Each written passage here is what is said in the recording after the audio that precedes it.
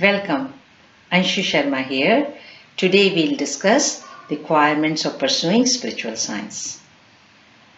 When we were in school and college, we were taught to stay silent and attentive in the class and also be respectful towards our teachers. Why? Because we realize it helps in learning. Similarly, there are a few requirements of pursuing spiritual science. Let's go through some of them.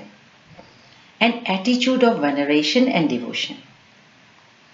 We must have a fundamental attitude of veneration, devotion to truth and knowledge. Why? Because veneration is profound respect and reverence.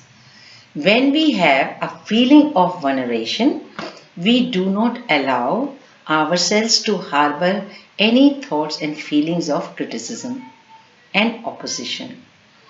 Thoughts of criticism and opposition impede our learning, and they do not allow our ears to listen.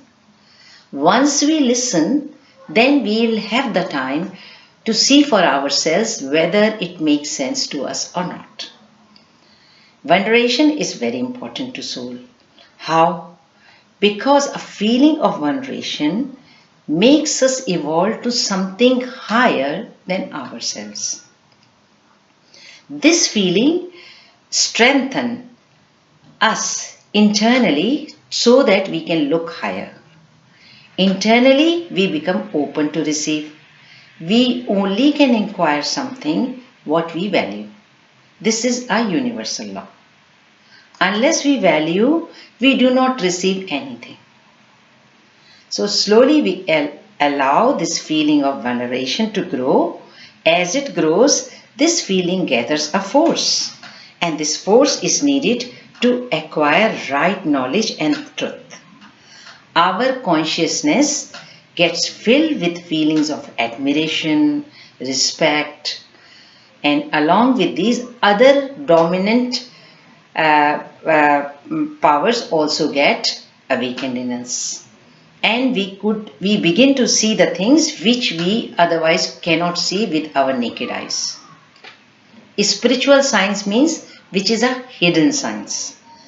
So feelings are for the soul what the food is for the body. If we start giving our body stones instead of food, slowly it will disintegrate and die. Similarly, the feelings are also very important to the soul. Feeling of admiration, respect, regard, wonder, reverence, veneration, and they strengthen our soul. Otherwise, its activity slowly decreases. Faculty of cognition is another requirement. What is cognition? Cognition is the mental action or process of acquiring knowledge and understanding. How? Through our senses, through our thinking, and through our experiences. Cognition also refers to mental processes involved in gaining knowledge. And these mental processes are thinking, remembering, knowing, judging, problem solving, use of the language, use of imagination, perception, planning. These are very important for cognition. And cognition is important to our soul because it makes our soul healthy and strong. We replace criticism with honest inquiry. Let us understand what criticism does to our soul. Criticism disperses the power of the soul. In the same manner, veneration and reverence builds it. So whatever powers we build it, through criticism, unnecessary criticism and competition, we dispel all these powers. And we lower our ideals. Our values lower. Other feelings take place instead of veneration, respect and adoration. These feelings are like criticism, condemnation, such feelings, they start coming, competition. Whoever wishes to become a student of higher knowledge must cultivate this inner life of devotion. So everywhere we have to take care in our environment and in our experiences, we look for the motives of admiration and homage. We actively start bringing and absorbing devotion into our thought life. It is not blind devotion, it is a very active devotion which we need to acquire knowledge. So we become very wary of thoughts of disrespect, adverse criticism in our consciousness. If they arise, we put them aside.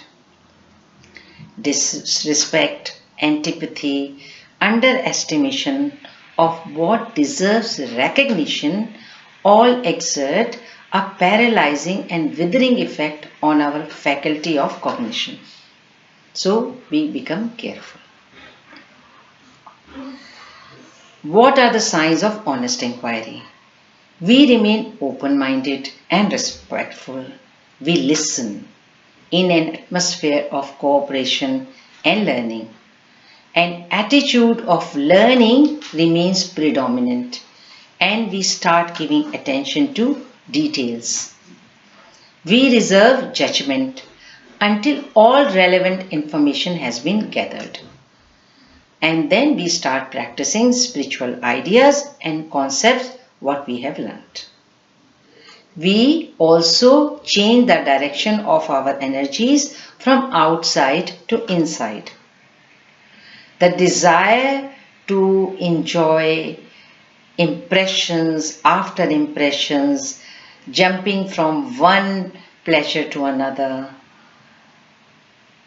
blunts our faculty of cognition. Too many external impressions take our attention away from our feelings and thoughts, ideas, and we lose touch with ourselves. In spirituality, it is very important that we understand, pay attention to what is going on inside our thinking, in our feelings, what is going on in our body. So that is why it is very important to keep some alone time. And we always pay attention to the inner workings of our body, mind and feelings. We intellectually understand the benefits of clearing our energy fields and various bodies. But just mere understanding, intellectual understanding is not enough. This understanding has to be brought and followed by putting it into action plans. So we start doing some inner work which is very much required for our growth. It is never too late. Age is never a barrier. Whenever we start, we see the benefit of spirituality. Because the very blueprint of our life changes. Not only in this life. We start living more joyfully, more actively, more happily.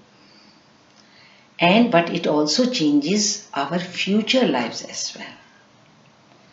So this concludes this talk. I hope you enjoyed. Thanks for listening and see you next time. Lots of love and blessings. Bye.